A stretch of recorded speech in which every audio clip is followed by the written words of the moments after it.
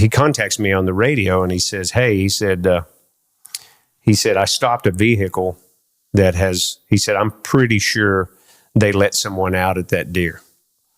He said, and they come on down the road. I was sitting in the dark, and he said, and I stopped them. I've got them stopped here. I said, great. I'll come and we'll interview him and see what's going on. And there was a little pause on the radio, and he comes back on. He goes, be advised, they're senior citizens. And I'm like, okay, no problem. I'm en route. Welcome to another episode of Warden Stories. My name is Darren Hill, and we're here with my good friend, Hank Jenks. Hank, glad you're here today. Glad to be here. Thanks for having me. How long have you, now this comes with a story, but how long have you worked for the Oklahoma Department of Wildlife? I am in my 14th year, I guess you would say. I kind of have a weird history. Yeah. I graduated college with a degree in wildlife biology, and this was always my dream. You know, it's still my dream job, and so fortunate to be able to get up and do this every day. But I worked for 10 years as a game warden, and then in 2002, I jumped ship and went to the Highway Patrol.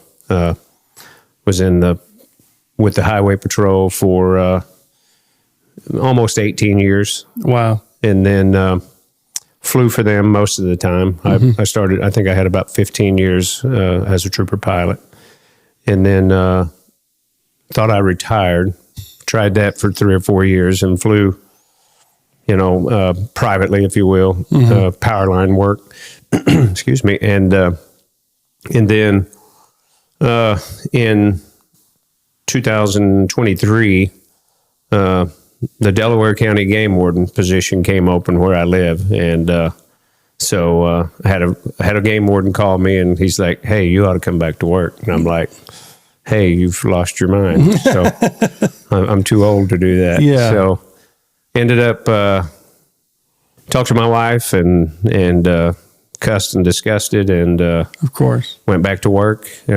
Had to go through the academy at 53, so that was a hoot. And but now let everybody know I was there for your graduation and a lot of that training. You were one of the top tier guys, right? Yeah, I put a lot of I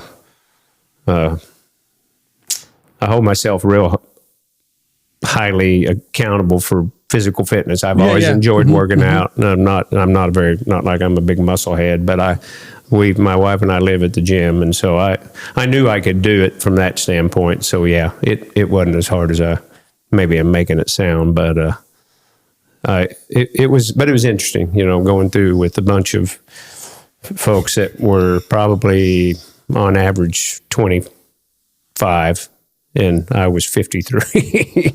That's a lot that's a big age difference. Yeah. Right. And then, so I did that with zero intentions of promoting, but promoted pretty quickly to just the way the ball fell, and promoted to, so now I'm the district captain for what we call the district chief for kind of the way I tell everybody, the way our districts they're split up. Mine is, if you took Oklahoma and you cut it into quarters along I-35 and I-40, I'm the top half of the northeast quarter. So I've got everything from the Missouri line over to all the way, actually almost to I-35 to Ponca City, all of Osage County, and then down Pawnee County, and then basically along Highway 412 all the way back to the Arkansas line. So that's I have 10 counties that I oversee, and in that 10 counties there's 2 supervisor or lieutenants and 14 wardens. So it's a lot.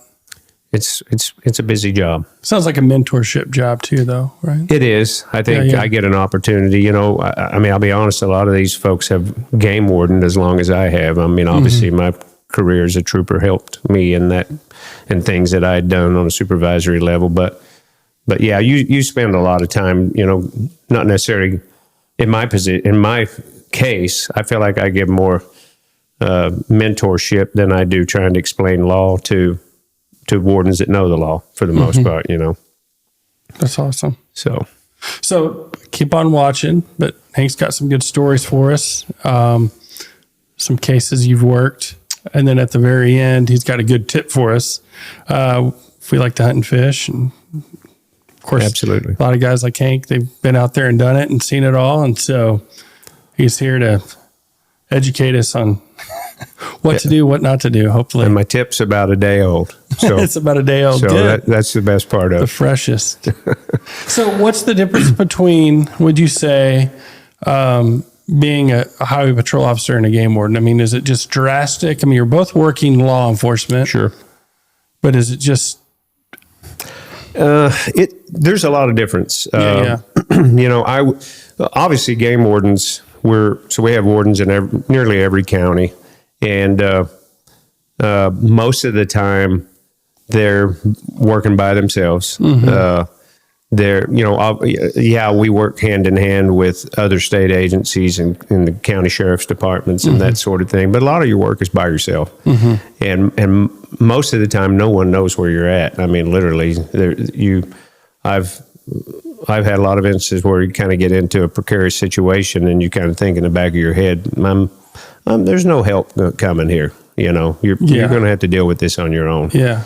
And I don't want to, I hate to use the word freedom, but there is a lot of freedom in, most game wardens, a typical, like a great day would be, or, the perfect schedule would be to get up and work those times when people are out doing sporting things, so you'd get up and work in the mornings, maybe go check fishing licenses or go to a coffee shop and visit with the local folks and answer questions. And then, there's a lot of times in the heat of the day, you might as well be at home doing paperwork or taking a few hours off and then back out in the evening. We can't do that every day because we all have families and families have plans. And so, but it's a job where you have to be a self-starter, and you have to be able to look at your schedule and go, here's when I need to be working. Yeah, I've got personal stuff that's going to play into that, but I've still got to, and you end up working more hours than you probably would if you just had a normal job. The trooper job was certainly exciting, but it was much more regimented. I normally had a lieutenant out working somewhere in my area in the district at any hour of the day. And had fellow troopers. There were times when I would have maybe a 2-county area by myself. There were a lot of those times, but you still had a lot of troopers that, you would get together and mingle with, but you had a set shift. Most of the time, when I worked the road, I'd come on and work an evening shift, like on what I would call my Monday, which was usually Friday night. I'd come and work an evening shift, and then it would just trickle down, and by the time you're working your Friday, which would be a Tuesday, you're working a morning shift. So it was a really weird schedule. It was pretty hard on you, and it's a lot of busy work. It was hard to get through. In eastern Oklahoma, it was hard to get through a day without a crash, that you're working somewhere. So wow, not nearly as much freedom and responsibility for being a self-starter. You were...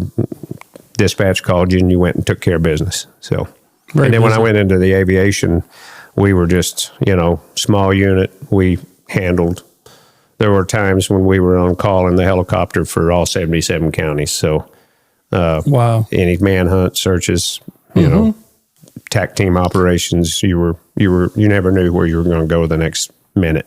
So, and you still fly today? I do. Yeah. I fly a little bit of everything. I do a lot of, that's what I did when I retired for those 3 years, is I flew nonstop power lines. We do a lot of power line patrol for a couple of big power line transmission line providers in Oklahoma and Arkansas and Texas. I've slowly trickled that back. I just can't keep up with this job and that. So I'm just more of a fill-in. And I do a little bit of flight instruction for folks still, just to stay fresh, but I don't fly nothing like I used to. Nice. So where were you at, and when did you decide to become a game warden? I can remember talking to my dad, sitting in my living room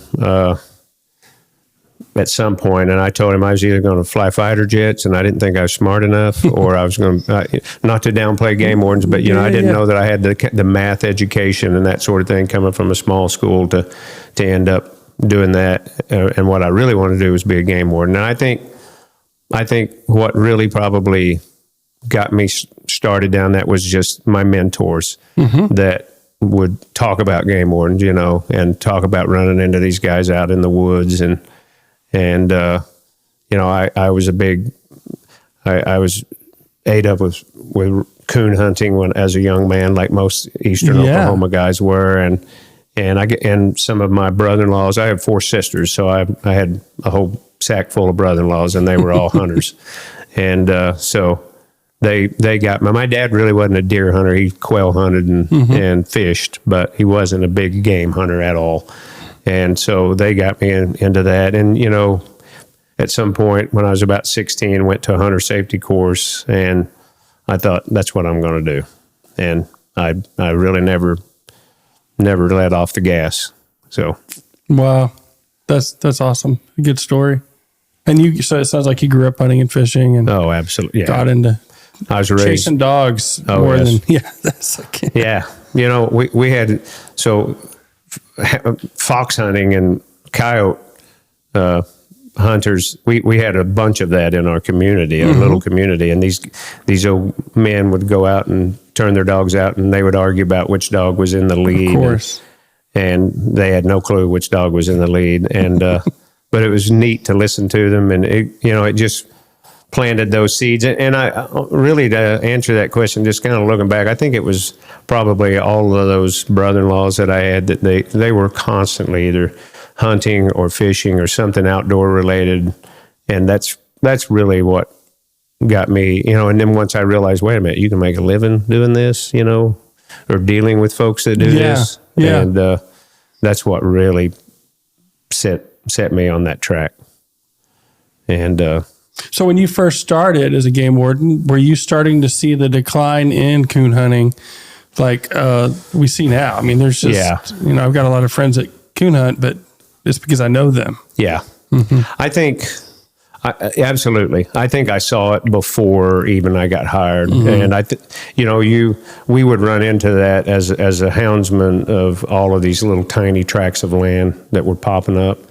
And these folks, maybe from out of state, and they're just weren't keen on us being out there. Of course. And I understand it, but it's one of those sports that is and I'm not bad mouthing because it was my life as a young man, but it's challenging with dealing with landowners, even if you try to do it right, and we lived in an area where we knew most of them, but folks would move in and we didn't know that and didn't know them. And, so it I think, and of course the price of furs kind of bottomed out and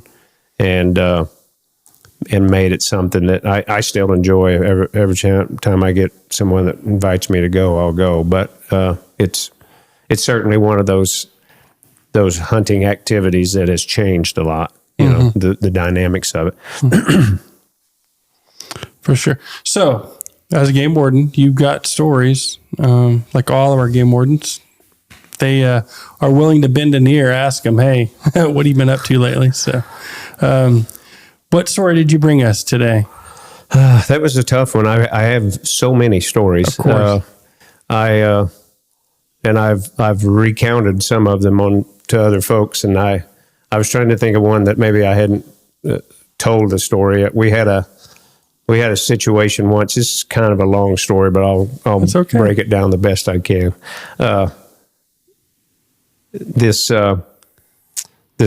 So my partner and I had received a call that and this is an older story, but it's too good to not tell.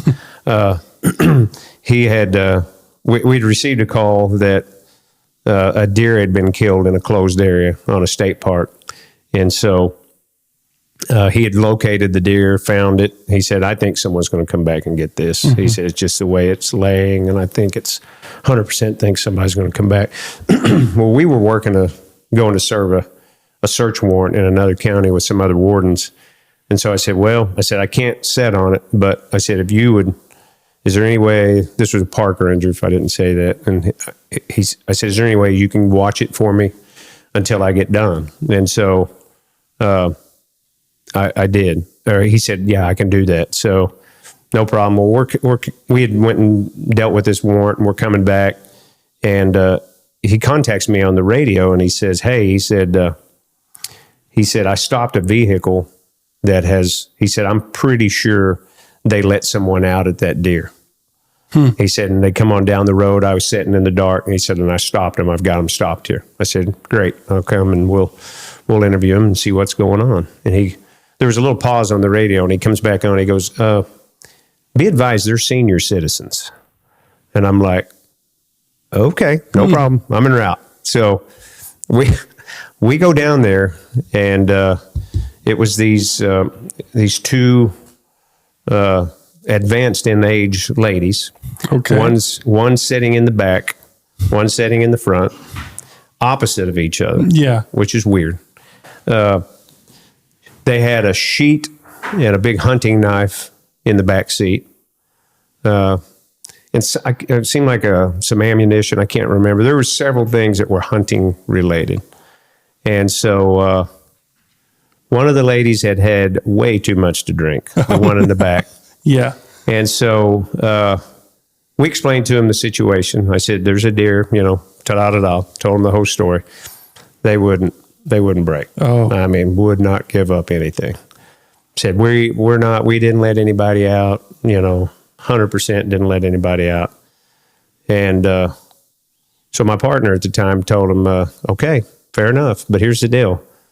We're going to send, and this was actually, he sent the county with him, the county sheriff's office. He said, I'm going to have a deputy follow you home, and because I want to know exactly where you live. He said, if we find that you've let someone out up there, we're coming to your house and you're going to jail. So they went on. They would not break. Went on. Wouldn't give up the story. So off they went. So we got the bright idea that my partner would stand on the back of my truck, and I was going to drive by there, and he was just going to step off. Mm-hmm. That way they wouldn't probably even know we were in the area if there was someone truly up there at that deer. Mm-hmm. And it was right on a paved road. And so we did that. I drove by at 5 miles an hour. I felt him step off the back of the truck. And as soon as I did, I heard something. I think my window was up, but I heard something that just like a yell, loud yell. And so I just stopped. I thought, this isn't working like we planned. And I stopped and jumped out of my truck and shined my flashlight. And my partner is in a fight in the middle of the road with an older gentleman who was there with that deer. And we get it kind of calmed down, get the guy calmed down, get him handcuffed. And we start shining around, and there's another guy. I want to say he was in his almost 70. He's laying in a fetal position by the deer. He was at the deer when we pulled up there. So he's hiding. He's hiding. And so, needless to say, we dealt with all that and took a lot of ribbing from the sheriff's office over the age. I won't go into the details on how old they were, but. And a weird, very weird twist to this story, and I won't mention names, obviously, but years later, my dad was in the hospital, and I had brought the newspaper with me, and I still, even after I transferred, I wasn't in that county anymore, but I got the newspaper for that county. Of course, yeah. And so I had brought it with me. And I'm talking to my dad, and I look, and there's an obituary for the gentleman that my partner had been in the fight with. And, he passed away, and I'd never forget his name. Yeah. And I'm reading this to my dad, and I didn't read about what happened to him, just that he had passed. And so I stop and I start telling my dad this story. And I get to about where I'm at now, and I thought, I'm going to read what happened to him. Well, he had been in an accident in western Oklahoma. Him and my partner, who arrested him that night, had been in a they had What? Yeah, one of them had ran I think the non-game warden had ran a stop. They needed one of more. I think maybe. I know he wasn't on duty. He was in his personal vehicle, but the gentleman, out in western Oklahoma, there's all those old dirt 4 lanes, and there's no stop signs. Yeah. Well, it was just one of those perfect timing deals. And he had an accident with my ex partner, and it killed him, passed away. And I'm reading this going, you have got to be kidding me. What are the odds of that happening? And Wow.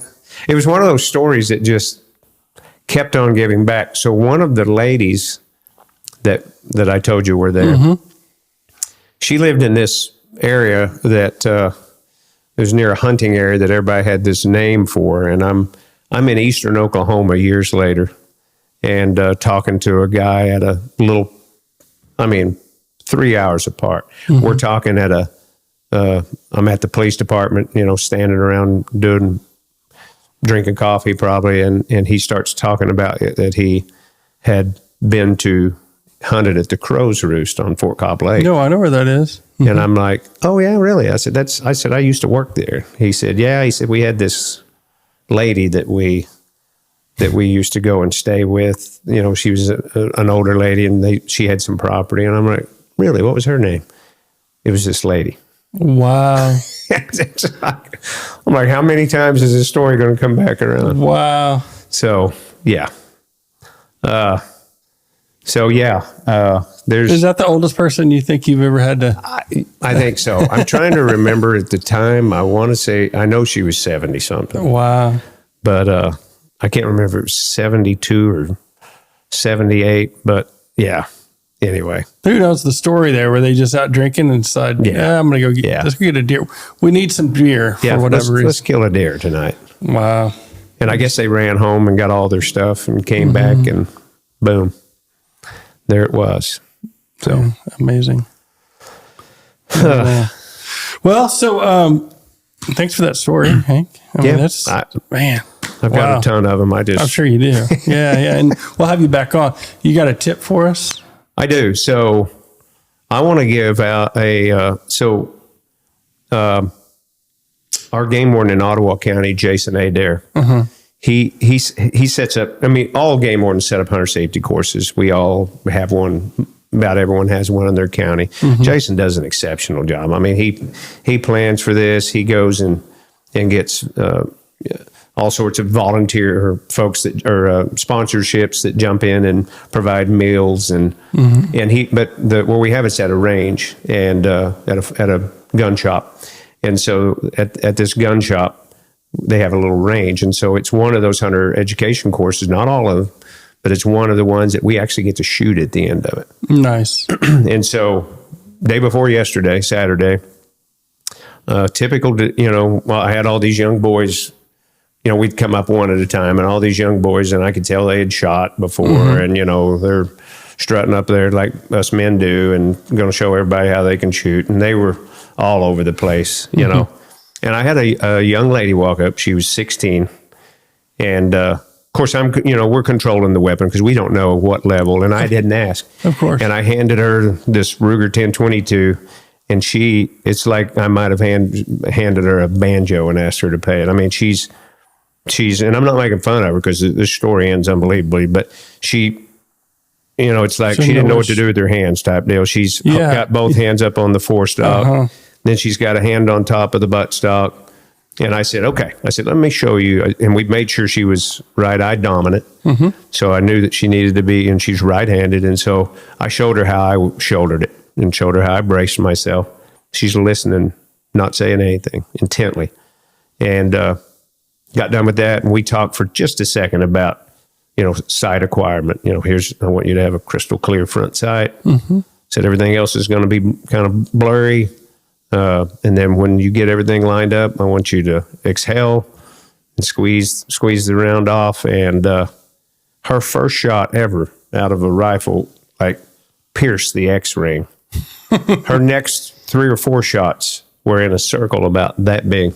Of course. I mean, and it really, I know I've probably seen that before, but it really resonated with me that girls can usually outshoot boys. I can tell you that. Of course, yeah. Because they listen and they don't come up with preconceived notions of how they want to impress you. But B is that, we're all, whether it be maybe you want to take up fly fishing, or maybe you want to take up shooting, or maybe you want to take up turkey hunting, or you want to do something new, and we all think, well, I don't know how to do that. That's probably best. Find a mentor that is good at it, and listen, and read and study, and do and get involved. Just because you haven't done it before, there's no reason to not do it. You don't have bad habits. Right? That's exactly what she had. No habits, and she certainly had no bad habits. But it just got me to thinking. I was about taking someone that had never done that activity, shooting a rifle, and she was shooting. Lights out level, and I'm like, that ought to be that's a good message to send to folks. Is that don't be afraid to try it. Just because you haven't done it in our world, in the sporting world. If you want to learn to do something, do it. Go do it.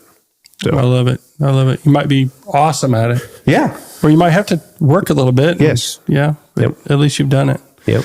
Well, thanks, Hank, for coming on. And just like always, make sure you subscribe, like, and follow us, and share this podcast with your friends and family so we can have as many viewers as we can. Thanks for watching.